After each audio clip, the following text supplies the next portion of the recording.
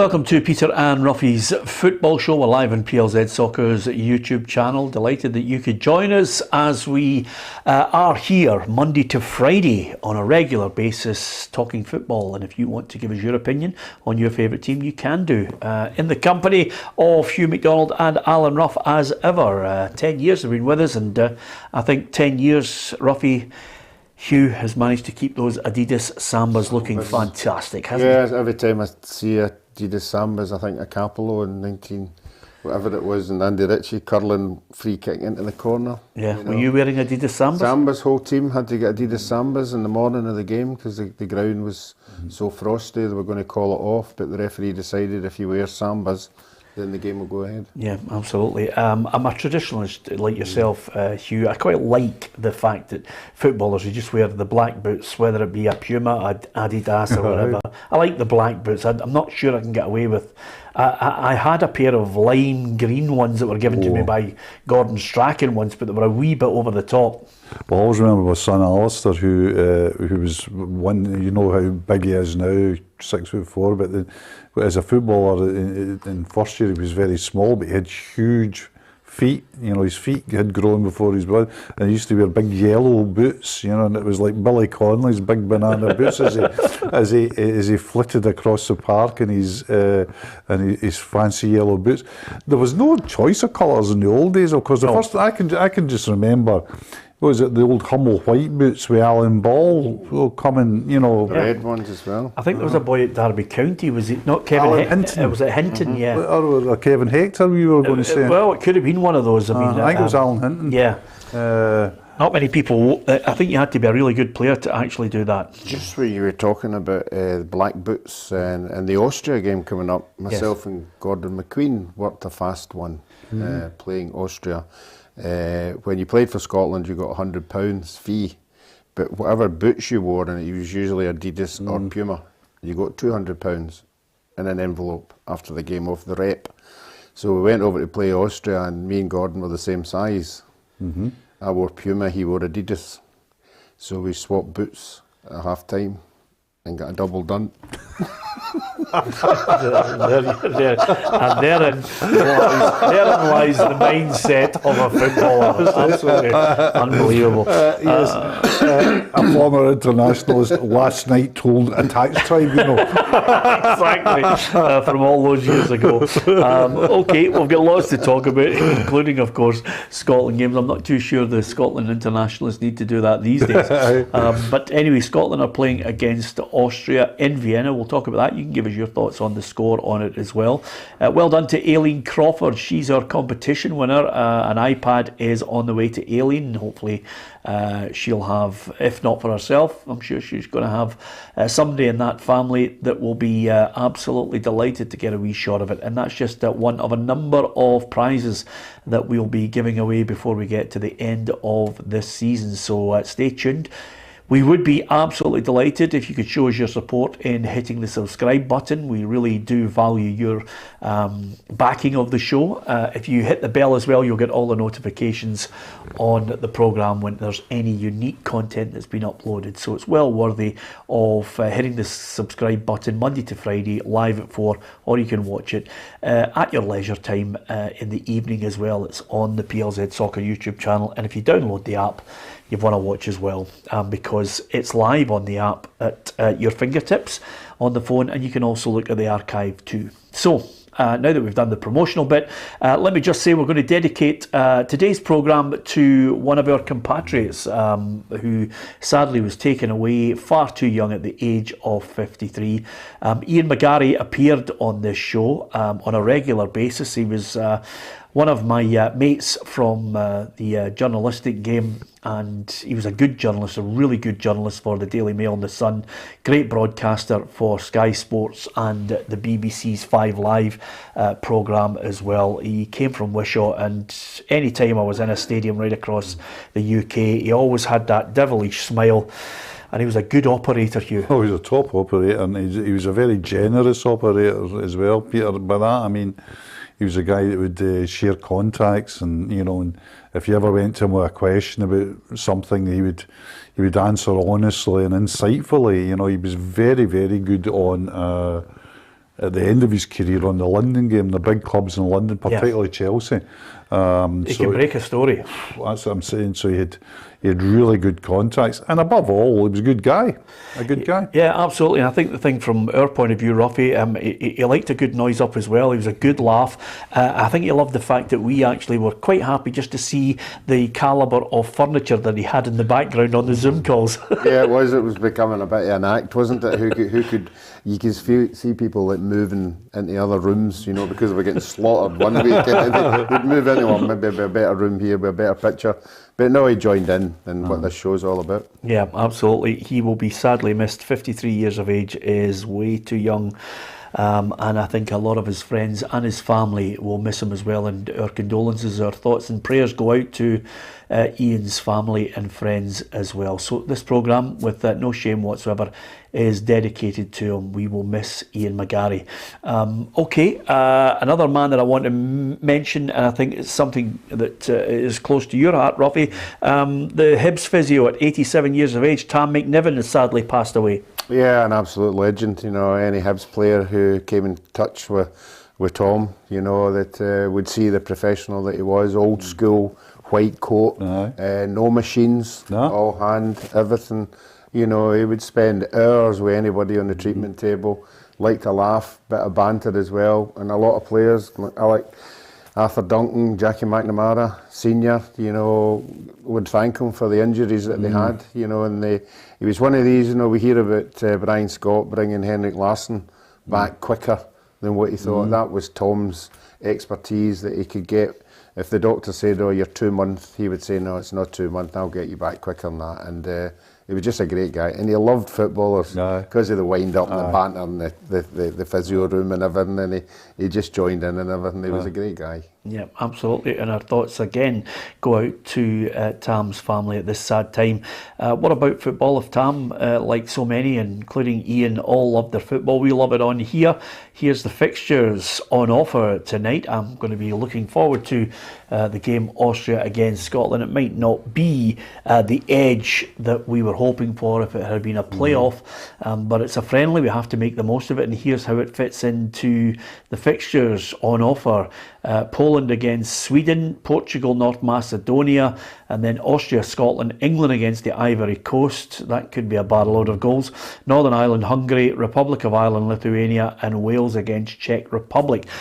Just some of the games involving the home nations. One of the games they are screaming out, we'll talk about as well, is Portugal against North Macedonia, because that really does have implications for qualification. Austria against Scotland. It might not excite too many people, but nevertheless, for us, I think it's a lot of players who'll be thinking to themselves, listen, this is getting down to the business end of things. I want to try and force myself into the manager's thoughts, surely. Well, on Friday, there'll be the draw for the World Cup. Some people would say somewhat appropriately in April Fool's Day, and Scotland will be in the hat. So, you know, whether it transpires that Scotland are in the tournament, we don't know, but they'll be in the hat.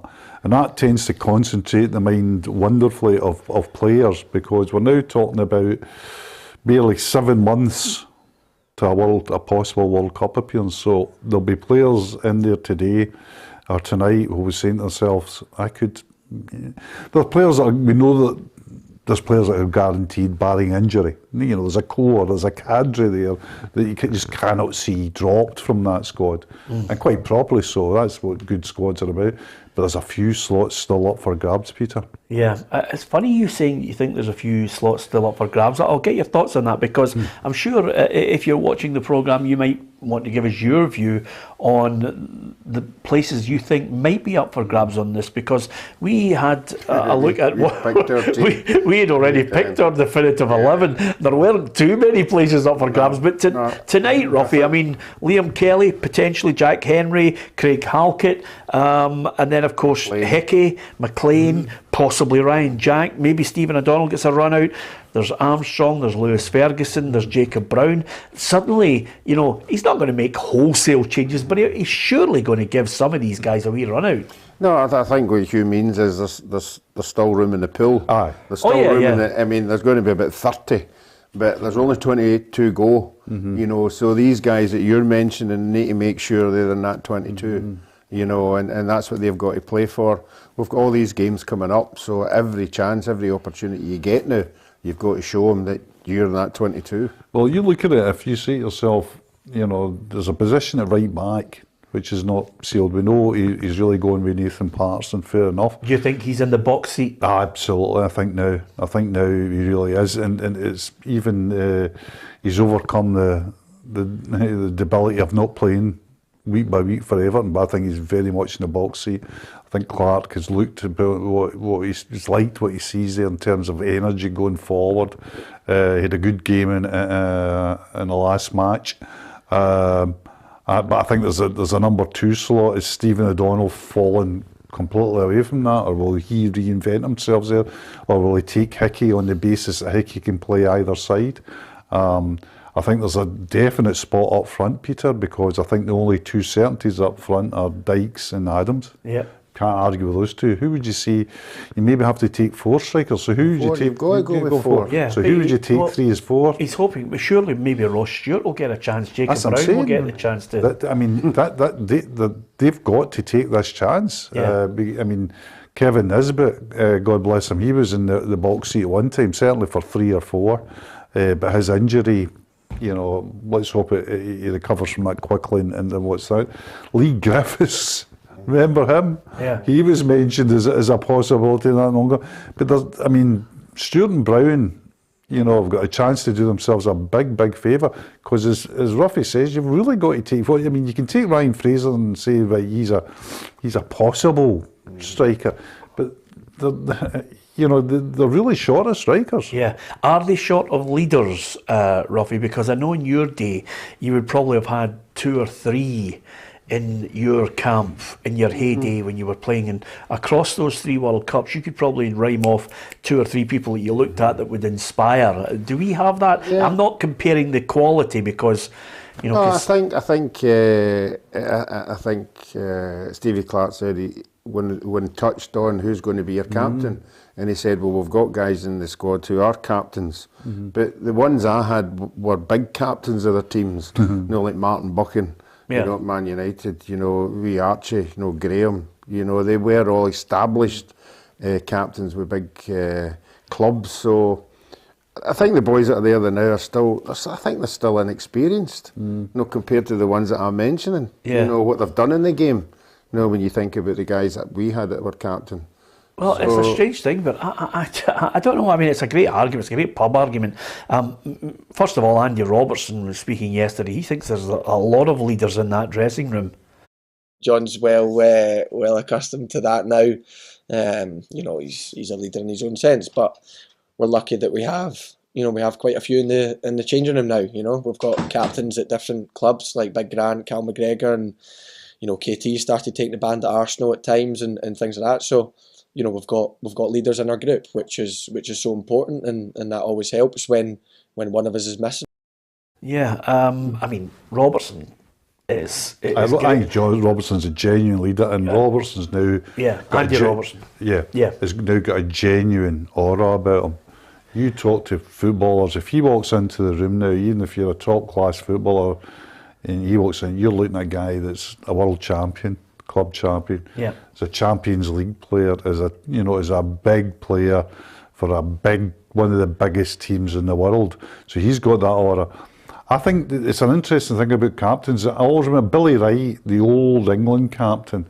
You know, I'm talking about the 50s. I used to say there's 2 types of captain. You could be a captain by your brilliance and everybody follows you, or you could be a captain, you know, with your hardness and your example and your effort. And I used to think that coalesced around the Charlton brothers. Did you want a captain like Bobby Charlton who would be quiet on the park, but whose brilliance was terrific, or did you want one like Jack who wasn't technically anywhere near Bobby, but went in and could shout and organise? You know, it's an interesting thing. But I agree with Andy. I think there's a right few leaders. I think Andy's a leader. Kieran Tierney, Cal Mack. I think Ryan Jack quietly is a leader. Jack McGinn's now captained Aston Villa and Scotland. Yeah. So John McGarry, yeah. you know, You're just John- going through everybody's names now. Yeah, but You're like, John McGinn. Yeah, I get your point. I mean, there's a right few sort of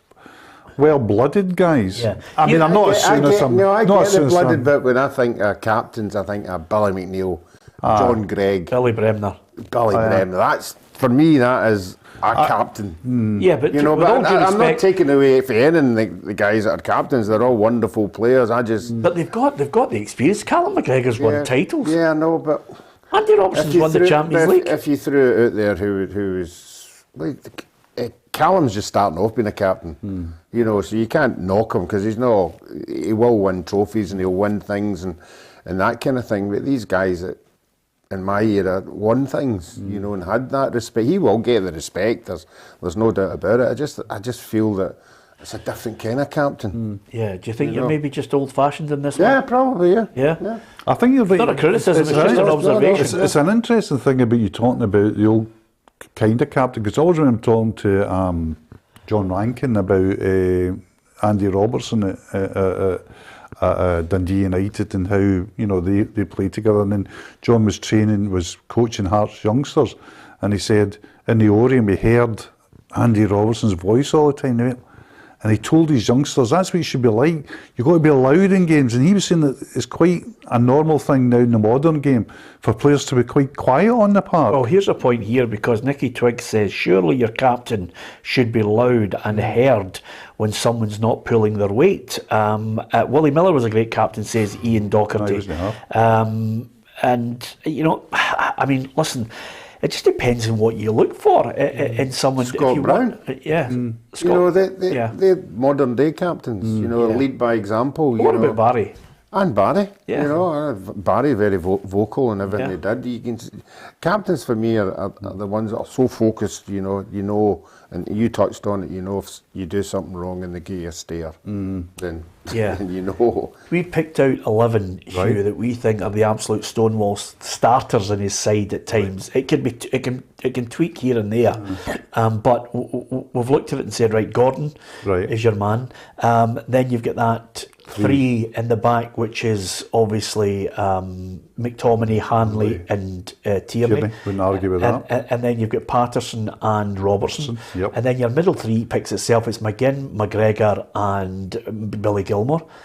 Yep. And then you've got your two up front, which is Dykes and Adams. Wouldn't argue with that. And then after that, you're saying to yourself, okay, everybody else is battling it out to be part of that squad that comes on and has to try and make a difference. Yeah, I think after that you've got two kind of categories after that. Well, you've only got 11. Yeah, You've only got another 11 to pick for whatever I think categories you're going to go into here. I think after that you've probably got a category of 6 who will go.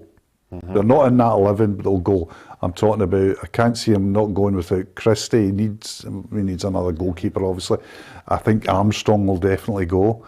McLean. He likes McLean. I think Stephen O'Donnell should go. Well, he needs a right back. But does he, I mean, this is when it gets a wee bit cloudy. Does he say, no, well, I'll take Hickey, because he can do either side? Yeah. Or I go with a guy that's, you know, Stephen O'Donnell. Well, these are all based on getting past Ukraine in June. Aye, Everton's. And then after that, everybody hopes that they can. I mean, the thing. I thought we were there. No. I mean, honestly, that's the thing about it. And by the way, you get past Ukraine, then you've got to try and beat Wales in Wales.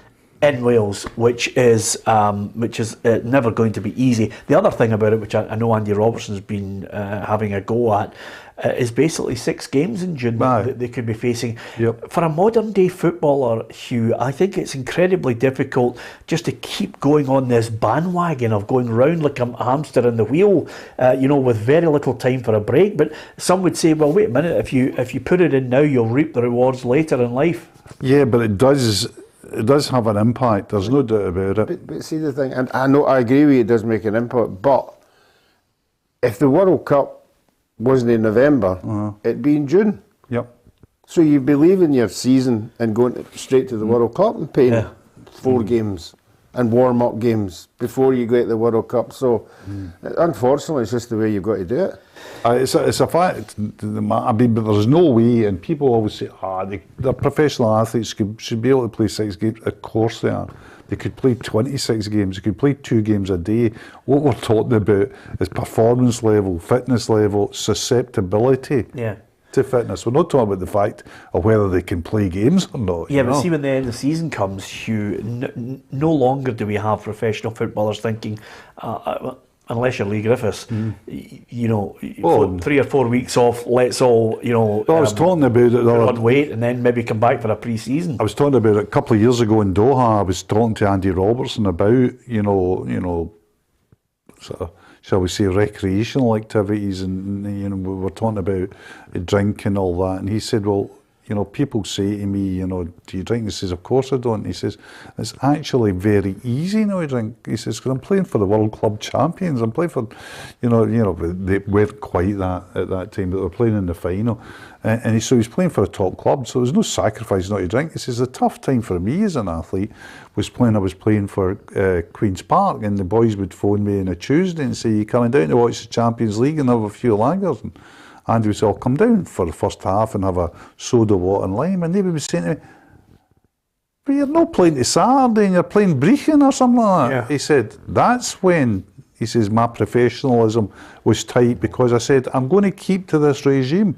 I'm going to try and be the best I can. And the great story about Robertson was he ascended from Queen's Park right to the very top of the world game. Yeah, absolutely. From a football point of view, Andy Robertson says, I don't think it's fair to ask players to play 6 games in June when our summer break has already been cut short because of the World Cup. A lot has been said about player welfare over the last couple of years, and I hope that's at the front of it. To ask players to have only 2 weeks off in a whole year is, for me, unacceptable, and I do think he's got a point, Ruffy. Why are you laughing? I'm old school. We finished our season and played, 36 games.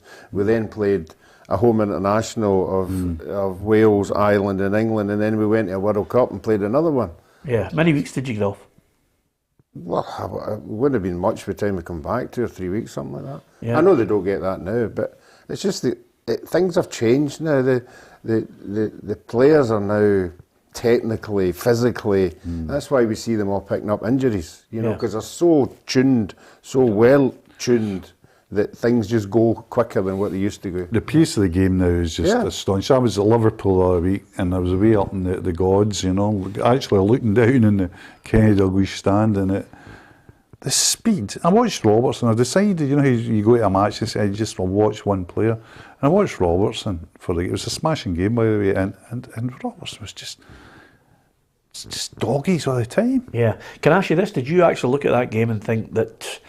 And I often, sometimes I'm very critical of our game in Scotland because I get the chance to go and see other games like yourself. Did you look at it and think to yourself, we are got a couple of levels below? Oh God, were you frightened? Is it frightening when you look at it? I think there's a real gap. Yeah, it's a real gap. I mean, one of the great things being down there was watching West Ham were unlucky that day as well. Yeah. At least they got a point, or they could have at least got a point.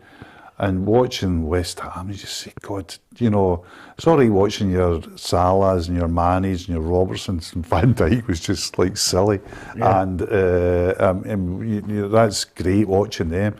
But if you're watching Antonio and Fornals and people, they didn't even have Declan Rice that day, you're going to yourself, goodness gracious, this is a real level above. A real team. Yeah. Well, how do you think we're going to do against Austria?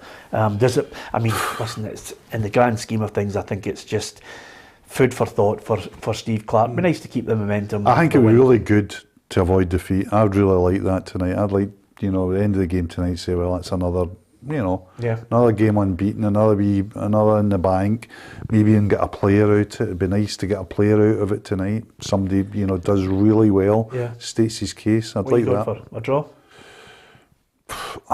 It'd be hard to say. Oh no, I'll be positive. I'll go for a Scotland win tonight. Narrow win. Ruffy? Yeah, I'm going to go for a win as well. I prefer watching Scotland away from home than I do at home. Oh, right. I think we struggle to break teams down at home, but away from home we seem to have the knack of getting something out of it. Yeah, a win? 2-1.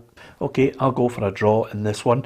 Lots to talk about on the programme. We're going to be looking at that game that's taking place on Sunday. Is it win or bust for Rangers? Give us your thoughts on that if you're a Rangers fan out there. What effect will some of the players going on international duty have on both sides ahead of this one? And we'll talk also about the referee. He's been named for the game a wee bit early. That's a good full 4 or 5 days for everybody to give him pelters. And one of the little bits of news that's come out is Steve Davis. Obviously, there's a lot of speculation that this could be his last couple of months at Rangers. Will there be a new deal for him? Is it good business to offer someone of his age a new deal? Will he look to maybe drop down a league, or will he call time on his career? Here's what the Rangers midfielder had to say about his future. Yeah, hopefully, I think you always reflect, the same as I said after the last campaign, it was a bit reflection, and there was obviously so many questions about am I going to retire or not, and it was never really at the forefront of my mind. I think it's always important, especially as you get older, because you can't really afford to look too far ahead, and it's important I just finish the season strongly and then go from there. Yeah, an interesting one. He's been a really good player, Stephen Davis. I like him as a midfielder, Hugh.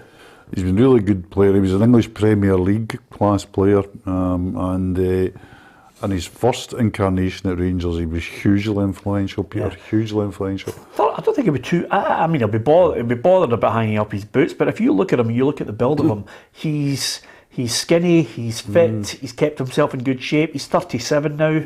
Yeah, and the way he plays now, you're not going to get box to box from him. But if you wanted to sit him holding. And I think his weighter pass is very good. I think he's just a clever short passer of the ball. And he could play on no problem at all. Whether he could play on at Rangers, I don't know. I don't think that Rangers will be looking for him next season. Yeah, I think they'll have other options and other places to go. And Van Bronckhorst as well. I think he'll be interested in putting his stamp on the team. Yeah, absolutely. It could change. There could be a few players that might have that same dilemma that Steve Davis has at the moment. But nevertheless, I think he can go with his head held high, Ruffy, in my book anyway. Yeah, and certainly any of the teams he's played for and international level, he's a model professional. We keep saying it. He's the guy you would want to be coming into training in the morning and mixing with all the younger players, and somebody that they could look up to. Up close and personal, when we played, Partick Thistle played Rangers at the beginning of the season, and first half was pretty even. There wasn't much between the two sides, and then they brought him on, and he just dictated the whole game. He just stood there, and he passed, and he brought people into the game, and he dictated the way the game was going, and eventually they won. And that's what kind of good players do. Yeah, nice little line here from Ronnie Chapman, who says Davis is a class above. I think over the years, for club and country, he certainly has been a really good top player, and of course a really nice person as well, on the occasions that I've come into his company. So we'll wait and see exactly what he decides. Every now and then, obviously with this big game coming up, it's Rangers against Celtic. We'll look to domestic issues in the games that are also taking place on this Saturday. Everybody's talking about Rangers against Celtic. The referee's going to be Willie Collum. Well, where are we? Tuesday. That's a few days for the nutcases to have a go at him. Yeah, I mean, any referee now comes with so much baggage to these games that there should be a carousel accompanying them. I mean, it's just like, or porters. I mean, there's a backstory to every referee. If you named, I reckon, honestly, it would be a choice of three, wouldn't it? It'd be John Beaton, it'd be Willie, and it would be Bobby Madden. That would be the three. Yeah. There'd be a choice between for me. And every one of them comes with a backstory, because that's the way it is. Willie Collum's backstory is that, Rangers protested him after a game at St Mirren, and he didn't do Rangers games for a while after that. His other backstory is he can be a pernickety referee. He can be a referee that some might find over officious. He's also got the Celtic fans will have memories of the Kirk Broadfoot penalty, which they maintain he couldn't have seen the incident, etc., etc., etc. So there'll be all that, which will play out all week, That is the backstory, and that's what will play out all week. And it's just one of the certainties of Scottish football, isn't it? Yeah, I hope it's not about a big decision, Ruffy. I hope it's about a decisive result. If it's going to be a draw, then so be it. But if it's going to be a game where a goal is scored to win the match, I hope the referee is not at the forefront of everybody's anger. People debating how he got it wrong or whatever. That would just be a nightmare. Yeah, I think we'd all like to agree with that, and I think the referees would like to agree with that as well. And I'm sure if you ask the players and the managers, whoever wins it, you would want them to win it deservedly. But we can never determine, the way the football is just now. We've all seen that many decisions that we all can't get our head around. So it's a difficult one to shout. But with Willie Collum getting the game, we got all the referees in our championship, the big ones and the wee one and the little ones, and they three that Hugh mentioned are head and shoulders above everybody. Yeah. Any time I've seen them refereeing, they are miles ahead and most of the other referees, so you could have picked either one of them. Yeah, and Ian Miller says, I'm not a nutcase, Peter. He's the worst ref I've seen in recent years. Not talking about bias, just ability. No, I mean, at the end of the day, Ian, that's your opinion. You're absolutely entitled to it if you think he's not a good referee. That's the nature of football. The people that I'm on about are basically people who either go into his background, who he was brought up with. That's the people I'm on about who just... question integrity of a referee as if it's going to be in some way suspect. John Beaton's had it, tenfold as well. These are the people I'm on about, the people who really are not interested in the professionalism of a referee to look at a game and call it as he sees it. So, I think there's valid criticisms. Ian's got valid criticisms of competency. I mean, I reckon, stretching the arm, I reckon our referees have really got to improve, and I don't just say that from a partisan point of view, but I say it from a point of view, if you look at UEFA and FIFA, they're not getting games. I know there's a VAR issue now that they're not refereeing domestically on VAR, so that, but for a long time, Scottish referees, I think right back to Craig Thompson, Scottish referees have been missing out in major tournaments, and we really need 2 or 3 referees that we can hang our hats on and say, are top class. And I don't think we've got that at the moment. Yeah, well, hopefully we start to get a referee that, just lets the game go on, and he's not the main focus of attention at the end of this one on Sunday.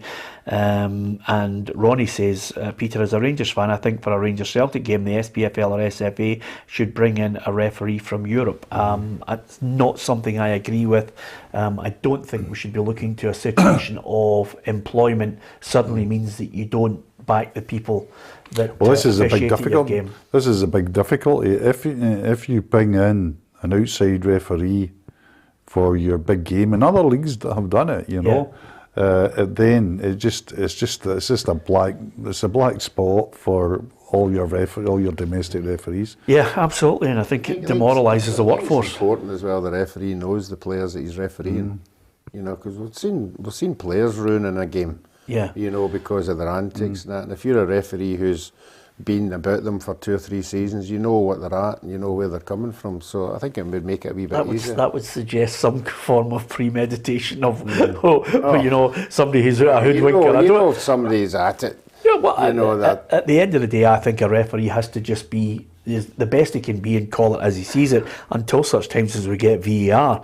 The one thing I would say, and I might as well read you the list, because yesterday you come out with your usual, which is you haven't prepared, you've thrown in a question which merited everybody to give it the 1,000-yard stare, because he said yesterday, who's got the advantage for the Old Firm game with everybody going, and who is on international duty? I thought that was quite a good topic. Absolutely, discuss. Great topic. Did you have the answers? Yeah, Not I think one Celtic, did you have. No, Celtic had more in international duty than Rangers. Well, that's a lot of somebody rubbish. for Rangers told us. No, what happened then was because you prompted that question, it prompted again the loonies to absolutely abuse us non-stop. It was unbelievable. Ruffy, no preparation, comes in with a thing. So I decided today, let's get it all together and see who's on international duty. Balogun, Bassey, Aribo, Ramsey, Helander, Morelos, Sands, Jack, Davis, Barisic and Kamara. Right. All on international duty. And again, with Celtic, McGregor, Taylor, Beaton, Juranovic, Giacomakis, Starfelt, Hatate, O'Reilly, Abada, to a lesser extent, Welsh and Johnny Kenny, who's with the Ireland under-19. So, at the end of the day, as far as starters are concerned, both of them are open to, I think, a fair balance of players that could be playing, tonight. Some might not be. Morelos is a worry for me because, muscle fatigue was what they were saying, that he's not going to be able to play in their match, Colombia's match. So there's a worry right away. And then you're looking at Celtic and saying to yourself, well, Beaton's pulled out of the game, obviously, because he doesn't want to play for Israel against Romania. I think the Romanian manager's fairly understanding of his predicament because there's a big game coming up. Yep. I think the Morelos one's huge. I think he's so important to Rangers in really big matches. It's so important to keeping the ball up the park.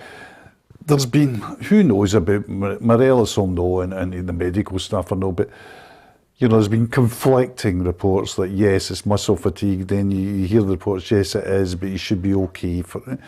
We'll just have to wait and see. There's also been reports that Ramsey, and I think this would be quite understandable, having played 95 minutes, was feeling he's feeling his calf, his hammies after that. I'd be surprised if he played much tonight in a friendly. So he's probably just a bit of rest and recuperation will do. But you don't know until they all turn up on Sunday in the team's picked. He should be massive for Rangers, Ruffy, if he was regularly playing up to this game. But I don't think it's although he's a top drawer player, I don't think it's a blow. I don't think Rangers fans will say, well, Ramsey's not playing, oh my God, we're hindered. I think they'll be more frustrated than angry, yeah. Yeah, but I mean, is he the key player he should be the key player in a big game like this, but I think Rangers fans are looking and say, well, wait a minute, we've got the key players we're looking to is can Aribo turn it on? Yeah. Kent's got to be there in the starting lineup. And Morelos. I'd be the three I would say if I was, I think when he came, if he'd hit the ground running and was playing in every game, you would worry, really, really worry, because he's a world-class player. Yeah. But he's not been playing the games. But if he's good enough to play 95 minutes for Wales, you would think he's going to make some kind of contribution at the weekend, whether it's 30 minutes or whatever. Well, that's the interesting thing is what, we've all got, all got these backstories about the game on Sunday, and the big one is, I think the big strongest backstory is what Van Bronckhorst does. That's the story for me, because we know what Postecoglou is going to do. Yeah, but I think the biggest story there for Rangers fans, and certainly some that I've been speaking to this week, are saying, well, wait a minute, it's what he does with his bench more than anything, because I think, Postecoglou has been using the 3, the 4, the 5 players. It's what Van Bronckhorst decides to do in this game. Does he look to the 11 and say, okay, that's my settled 11, they're either going to win, lose or draw in this one, or does he utilise the bench and say, listen, this is a game where we have to utilise the bench to come on and maybe win this game, because that's a criticism that's happened over the last couple of weeks when they have maybe slipped up. Why didn't he pull more players off the bench to create an impact on it? And he seems pretty certain of who he wants and where he wants them to play. I wonder, how he'll set up on Sunday as well. I think he might go a back 3 on Sunday. Yeah? Yeah, I think he might.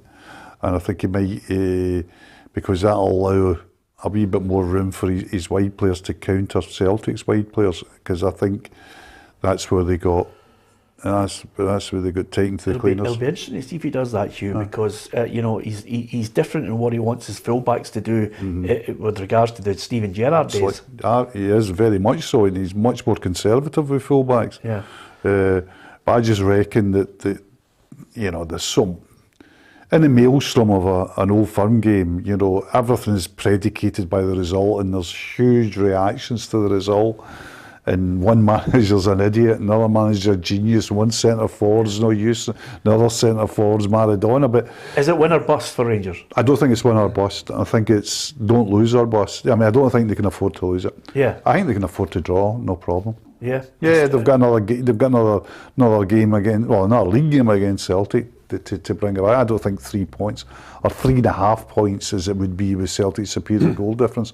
I don't think that's insurmountable. Yeah. But I think, I think it's. I don't think they can afford to lose it. Well, we put out this poll on PLZ Soccer's Twitter to get people's early indication of who they think is going to win the derby. This is the poll, and this is how it all panned out. 38% think Rangers will win it, just short of 11% think it's going to be a draw, and 57.4% think it'll be a Celtic win. That could change dramatically again, Ruffy, once people start to see players that have declared themselves fit, and the build up the closer you get to Sunday, probably Friday, that might change again. Yeah, at this moment in time, I'm at Alice and I can't split them either. I know Rangers have got home advantage.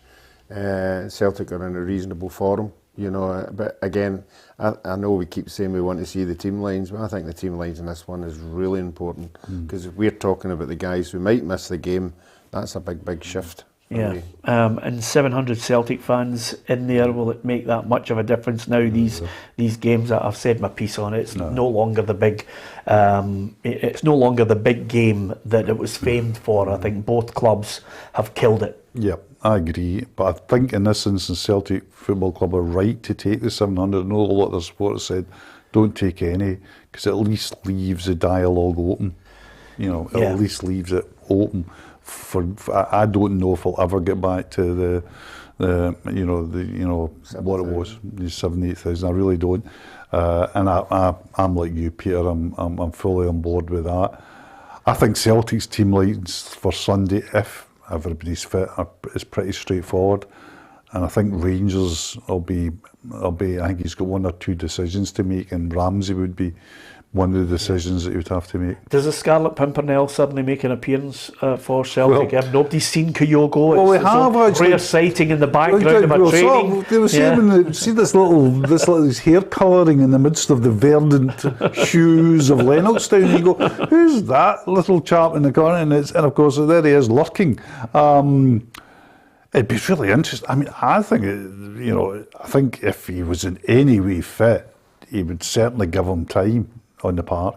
I mean, I think Kyogo is such an individual player, but that I mean such a singular player that they haven't got a player like Kyogo. Everybody says, Maida's press and is fast and all that. Yeah. But the runs that he makes, the game intelligence, they don't quite have another guy quite like that.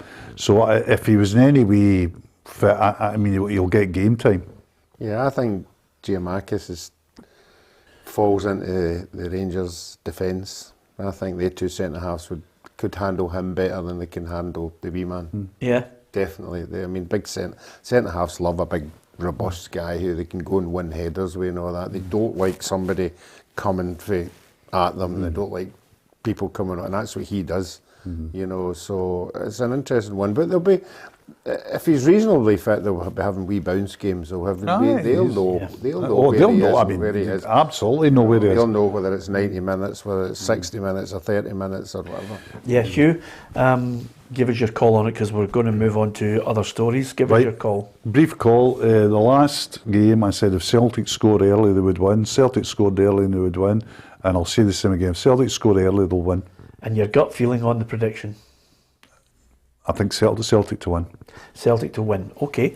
Interesting to see how everybody else gives us their predictions on it. Tomorrow on the programme we'll have the former St Mirren boss, Gus McPherson, is coming to join us. Really looking forward to that. The last time I ran into him, Ruffy, was in Glasgow a couple of weeks ago. He was wearing all his designer gear. I had to look twice. He looked totally and utterly relaxed out of away from the madding crowd of whether it be the manager or indeed the director of football. Well, we always talk about the players who come in and how many clubs have been at. I think Gus comes into the category of how many clubs has he managed, and it's great to listen to, because to get an insight, we always say, well, there's a manager moved on. You know, you never know what's going on behind the scenes, but certainly Gus has been at a few clubs, and was my next door neighbour for a long time. Was that right? God, was he that wealthy? I didn't realise he was that much money. So interesting. We'll talk to him about that when he comes in. Here's a big blow, and I think a big blow for the Hearts fans. Beningami is out. I mean, an anterior cruciate ligament injury. So he's out for the season. He won't be kicking a ball until next season. What a blow that is. I liked him as a player in the middle of the park, Ruffy. He's been fantastic this year. He just came from nowhere and he's been brilliant. We spoke about it the other day. We were looking, you obviously wasn't here, but we were looking for Player of the Year candidates, you know, out with the big ones, and we never mentioned him, but the season that he's had, he would have been up there in some kind of category somewhere. Yeah, I can't get past Craig Gordon for Hearts. I mean, he's just been superb. He's been good. I mean, he's one of the great stories. I mean, I can imagine him getting, you know, the Craig Gordon life story, being up for an Oscar, and Craig Gordon coming on to the stage and smacking somebody, Peter Martin, on the face for giving them cheek. Yeah, absolutely. That's a worry that. That must be a worry for you. I know. That Oscars for your Play of the Year was coming up. Yeah. Just watch who you pick on this shit. How Chris Rock got done, and he's remained untouched, is one of the great mysteries of the world. I have to say to you, Hugh, I have had the word from Fraser who said, "Are you sweating?" on the PFA Player of the Year awards. But I don't know if you are aware of it, Ruffy, but when I come out onto the stage, I will be performing an old gag that Jimmy Sterling performs so well. I'll be opening my jacket and there will be a baseball bat on the left-hand side so that everybody's fully aware of it. And to be fair, by the way, I think the players, when they come up, they like a good noise up. It's now traditional. Yes. I mean, it's now, you couldn't not do it now. Yeah. I mean, it's just like it's as part of the whole night as your meal and the bevy, and that is the night. Yeah, it's a good noise up with the players. They love it. Still, we miss Michael Higdon. Where is he? Where is Higdon? We need to invite him to one of the tables, Ruffy. It would be good crack. Anyway, apart from anything else, just out of curiosity, Hugh, could you pick a Player of the Year? I was thinking that when you know, outside, obviously, Celtic Rangers, do you think? I don't know. Is there an absolute standout candidate? I don't think, you know something, I don't think there is. In the Aribo at the beginning of the season, I think, staked a very big claim. I wouldn't say he's got off the boil, but he's not been as stellar. I think Callum McGregor's been Callum McGregor all season. Yeah. Could a Celtic centre half win it? You know, that would be a turn up for the books. Not a chance in hell. No. Can't see that. I can't see that. Because I think he's had a great season. Who? Carter Vickers. Oh yeah. I mean, well, maybe I'm being a wee bit unkind. I think he's had I think what's going on remarked about the Celtic performances all season is, you know, we always fall into this trope. It's a Scottish narrative of slagging the Celtic defence, and Celtic defence domestically has been the best defence. Yeah. If anything, a name that I constantly have enjoyed watching him is the boy Charles Regan Cook. I was just going to say that the other night. Yeah. Right out of left field. You know, a team, you know, not usually have Player of the Year nominations, and he's certainly got to be up there. Owen has just said Jota. Mm-hmm. Yeah. I mean, it's not as clear cut this year, is it? Oh no, it's not standard. I mean, another thing as well is what will happen is that you've got that little important chunk of the season to go, and again we were talking about players making their bid for Scotland tonight. You know, who wins the league, for example, tilts it. Yeah. It's certainly not based on the fact that somebody, we were talking about yesterday, you can't just give it willy-nilly to an Ange Postecoglou because he's turned round a side that was in disarray. I think there's got to be merit attached to what you achieve. Yeah, I mean, and I think there's also got to be something shiny attached to the arms of whoever gets it. Yeah, absolutely. Some interesting games this weekend, and I think, you know, we're talking about Rangers against Celtic on the Sunday, Hugh, but, you know, Dundee Aberdeen for me is massive because I think now Dundee, my personal opinion is, having watched them and looking and trying to work out if there's a spark, I think they're gone. Mm-hmm. I think St Johnstone have got a cushion, and I think they can build on that. Well, I agree with you. I think whatever anybody was thinking about employing Mark McGee, just hasn't worked. You know, they didn't even get a bounce. I mean, and if Aberdeen, I mean, that's a huge game for Aberdeen as well, because, you know, they'll be looking to say, well, you know, look where they are in the league. They'll need 3 points to move on up as well. So I agree with you, it's a top game, but I agree with you, I think Dundee have gone as well, and I actually think St Johnstone are probably certainties for the playoff place as well. Yeah, I'm just looking at it, Ruffy, and again, no matter, I don't know if I can see, I just can't see Aberdeen getting up into that, anywhere near that top 6. I think it's just been a dismal season. Jim Goodwin's just there looking to say himself all right, and already in the papers up north, he's just talking about him clearing everybody out. He's clearing some of the backroom staff out this week as well. Well, he has to, I mean, anybody knows Jim Goodwin. I wouldn't say he was his best buddy in that, but anybody who's watched his career and listened to him in interviews and that, know he's, if nothing else, he's pretty focused and straightforward. And this is a huge job for Jim Goodwin, because Jim Goodwin's an properly ambitious guy, and this is a very big job. And my view of it is he's going to go down or go up, or he's going to prosper, or he's going to fail on Jim Goodwin's terms. He's not going to compromise his principles. And I think the big thing you'll be looking to recruit and to coach and to make Aberdeen very, very difficult to beat. I think that's where they're going to start. That'll be their starting off point. Yeah, absolutely. And of the other match, I mean, Aberdeen, listen, because as I look at that table, Hugh, you know, Aberdeen are 3 points potentially off going into the top 6, but there are other teams here, Livingston, Hibs, Dundee United, who've all got the chance to try and just put a bit of distance between them. And of course, Ross County, for me, Ruffy, I think Malky Mackay's done a great job there. You thought they were going down. Yeah, I thought they were never in any doubt after I'd seen them earlier in the season. No, Malky Mackay has used his contacts down in England and brought, I think, 4 or 5 people up, and they've all hit the ground running. They've all contributed. I keep talking about Ross Callaghan in the midfield. I think he's a great midfielder up and down the park. Big boy took the boy White back. You know, it never worked for him at Motherwell. No, I think they've done really well. Yeah, I think in the bottom end of the table this weekend could be pivotal. If I think Aberdeen can get something at Dens, and I fancy St Johnstone to take something at home against Livingston. I still don't know if it'll be enough to get St Johnstone out the mire of the playoffs. So, and Livingston's another team that's had a really good season. I predicted Livingston to be relegated. You know, talk about Ruffy with Ross County. So, I'm in the same boat as you. I got it massively wrong with Livingston. They've had a super season, and they played some decent stuff at times as well, Livingston. Yeah, and Derek Smith says, disagree with you, Peter. Goodwin will get Aberdeen into the top 6. Derek, I think if he manages to do that, then fair play to you. I mean, if you've got that confidence in him, then we'll wait to find out exactly what happens with it.